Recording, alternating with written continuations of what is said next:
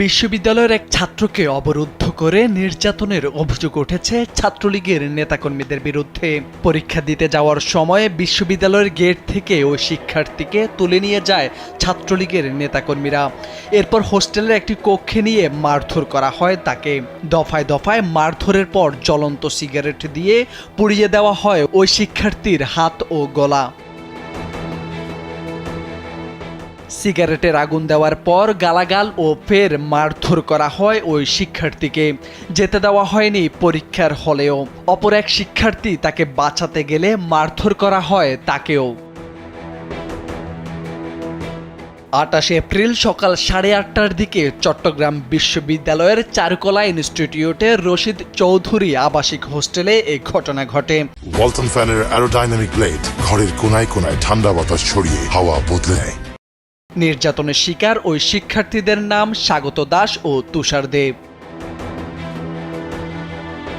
এই ঘটনায় 4 জনকে অভিযুক্ত করে প্রক্টর বরাবর চিঠি দেন ভুক্তভোগীরা। অভিযুক্তরা হলেন চারুকলা ইনস্টিটিউটের 2020-21 শিক্ষাবর্ষের আলমাস মাহফুজ রাফিদ। তার নেতৃত্বে নির্যাতনে অংশ নেন ফরহাদ হোসেন সুমন, সাগর রয় অনিক ও মেহেদি হাসান। অভিযুক্তরা চারুকলা ইনস্টিটিউটে 2020-21 শিক্ষাবর্ষের শিক্ষার্থী ও বিশ্ববিদ্যালয় ছাত্রলীগের ভিএক্স গ্রুপের কর্মী। গালাগালি হচ্ছে, তো গালাগালির পরে আমি গেট থেকে বাইরে যেতে চাইছিলাম। তো যখন বাইরে যেতে চাইছি তখন আমার থামায় তারা মারধর করছে। মারধর করে যখন আমি লাস্টে যখন বাইরে যাই তখন আমার সিগারেট দিয়ে আর কি এই ঘটনায় অভিযুক্তরা জানান তাকে মারধর করা হয়নি, ধাক্কাধাক্কি হয় দুজনের মধ্যে। তবে রুমে আটকে রাখা ও মারধরের বিষয়টি অস্বীকার করেছেন তারা। ধাক্কাধাক্কি বিষয়টা এই দুজনের মধ্যে দিয়ে, যেহেতু আমরা ওর ইমিডিয়েট সিনিয়র আর বন্ধু বেসমেন্ট, হ্যাঁ, তাই আমরা মাঝখানে ঢুকছি দুজনকে ছাড়াই দেওয়ার জন্য। নিজে আমাদের জন্য অভিযোগ করছি। শুধু আমাদেরকে, এটা তো পুরা হোস্টেলের সবাই ছিল, আমাদের নামে অভিযোগ দেওয়ার তো কোনো মানে হয় না। তবে বিশ্ববিদ্যালয় শাখা ছাত্রলীগের 2 গ্রুপ সিএফসি ও ভিএক্স এর নেতারা একে অপরের উপর দায় চাপিয়ে শাস্তির দাবি জানান। একটা সাধারণ শিক্ষার্থী যে হোক, তাকে পরীক্ষা দিতে না দেওয়া, তাকে মারধর করা, এটা কখনো কারোর জন্য মঙ্গলকর নয়। এটা এইসব ঘটনায় বিশ্ববিদ্যালয়ের পরিবেশ, স্বাভাবিক পরিবেশ নষ্ট করে।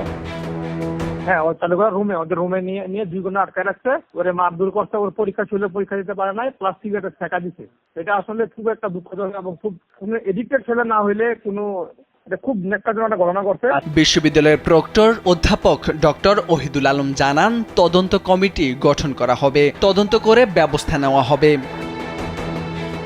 কারণ ভুক্তভোগী সে নিজে দেখিয়েছে, আমরা দেখেছি প্রক্টর বডির লোকজন দেখেছে যে তাকে সিগারেট দিয়ে শেখা দেওয়া হয়েছে। এটা তো বিবেক বিবর্জিত কাজ। জানা গেছে গত 29 জানুয়ারি এক নারী বান্ধবী নিয়ে মেসে যাওয়াকে কেন্দ্র করে চট্টগ্রাম বিশ্ববিদ্যালয় শাখা ছাত্রলীগের 2 গ্রুপ সিএফসি ও ভিএক্স এর নেতাকর্মীদের মধ্যে সংঘর্ষের ঘটনা ঘটে। ভুক্তভোগী স্বাগত দাস ও অভিযুক্ত আলমাস মাহফুজ রাফিদদের মধ্যেই মেয়ে নিয়ে ঝগড়ার এক পর্যায়ে আলমাসকে মারধর করে স্বাগত দাসের সিএফসি গ্রুপের কর্মীরা। এরই জেরে ওই দিন 2 গ্রুপের মধ্যে সংঘর্ষের ঘটনা ঘটে। মোর্শেদ আলম, কালবেলা।